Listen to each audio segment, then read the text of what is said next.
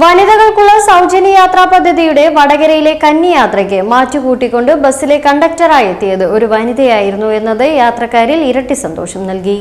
KSRT ബസ്സിൽ നടന്ന വടകരയിലെ കന്നിയാത്രയിൽ വനിതാ കണ്ടക്ടർ തന്നെ ഡ്യൂട്ടിക്കെത്തിയത് യാത്രക്കാർക്കും നാട്ടുകാർക്കും ഒരുപോലെ കൗതുക കാഴ്ചയായി.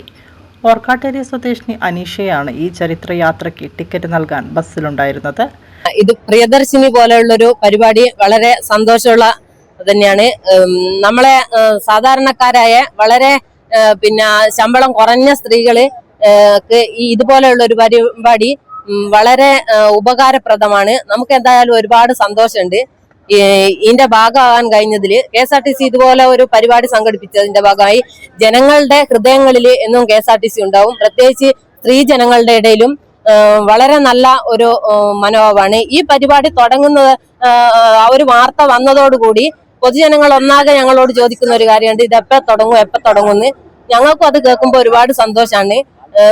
KSRTC കുറിച്ച് പൊതുജനങ്ങൾക്കുള്ള ഒരു അവമതിപ്പൊക്കെ മാറി KSRTC എന്നും ജനങ്ങളുടെ ഹൃദയത്തില് ഒരു ഇടം കണ്ടെത്തുന്ന ഒരു പരിപാടി തന്നെയാണ്.